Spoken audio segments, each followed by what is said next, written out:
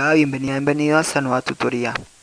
Recíbela y llévala también en tu dispositivo móvil o tableta. Recuerda, somos tutorías.co, comillas. Algunas personas solo hablan, comen, miran y esperan, sin un aliento de liberación, sin un germen de ideas, solo con las manías de la ignorancia, comillas. Como se observa en la figura, el ejercicio planteado consiste en crear un programa que permita llenar un vector con números aleatorios múltiplos de 3. Planteamos la solución en un programa de 41 líneas. En las 5 primeras líneas incluimos las librerías estándar del sistema, del lenguaje. Recuerde que una librería contiene funciones que se usan dentro del programa. Entre las líneas 10 y 41 vemos el espacio de trabajo llamado vector múltiplos de 3. Dentro de este espacio de trabajo, entre las líneas 12 a 40, vemos la clase program. Recuerde que una clase es una entidad, una entidad que contiene métodos y atributos. Dentro de esta clase, entre las líneas 14 a 39, vemos el main. El main es el método principal del programa. Cuando un programa compila, se incluyen las librerías, se mira el espacio de trabajo a usar y se busca el main, es decir, el inicio del programa. Dentro del main, en la línea 16, vemos que se declara un vector llamado A de tipo entero y de tamaño 10.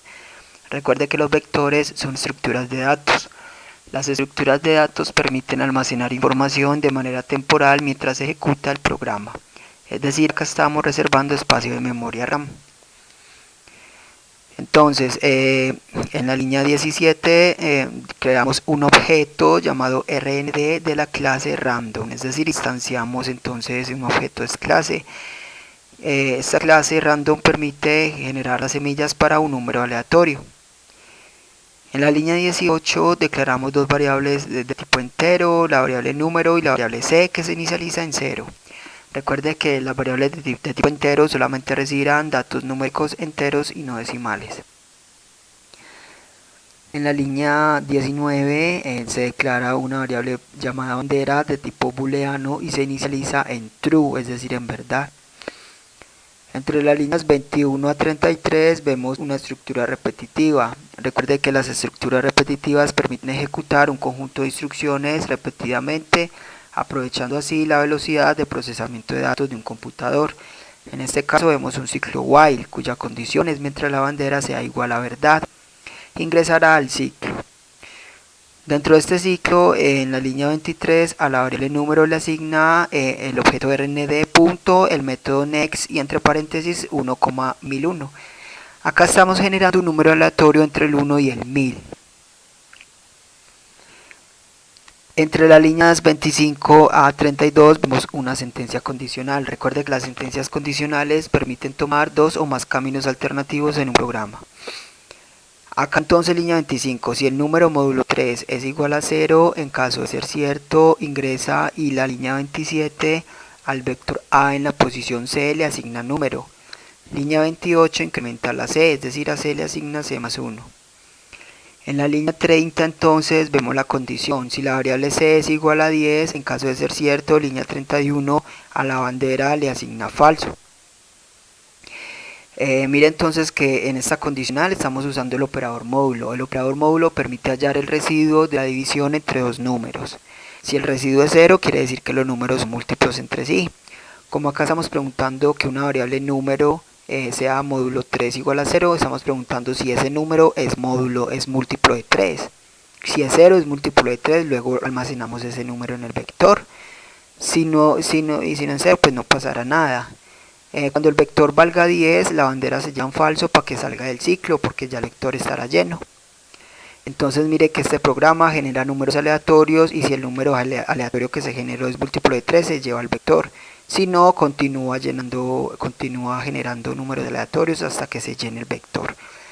Salimos del ciclo while y en la línea 35 usamos un ciclo for, cuya variable controladora es la x, va a ir desde 0 hasta 9, es decir, x menor a 10, se incrementa de 1 en 1, y dentro de este ciclo for, en la línea 36, usamos el método write.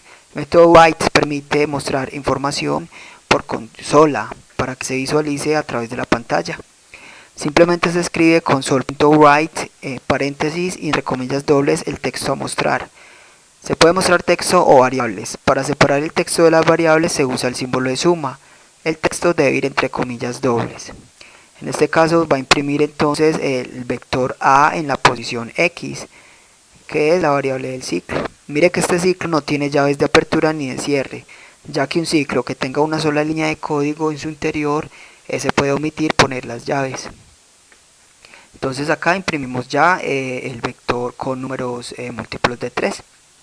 Por último, en la línea 38 vemos el método readKey. El método readKey indica al compilador que espere un ingreso de carácter de teclado para que cuando la ventana de ejecución, cuando se compile el programa, la ventana de ejecución no se cierre automáticamente. Esta fue la tutoría del ejercicio: crear un programa que permita llenar un vector con múltiplos de 3. Repasa la teoría, resuelve nuestro test y practica un algoritmo en el tablero. Si esto te gustó o no, te invitamos a discutirlo y a valorar la experiencia de esta tutoría. Recuerda, somos tutorías.co, trinamos como @tutorías, postemos en Facebook y Google Plus como Tutorías Colombia. Pregúntanos, contáctanos, haz parte de nuestra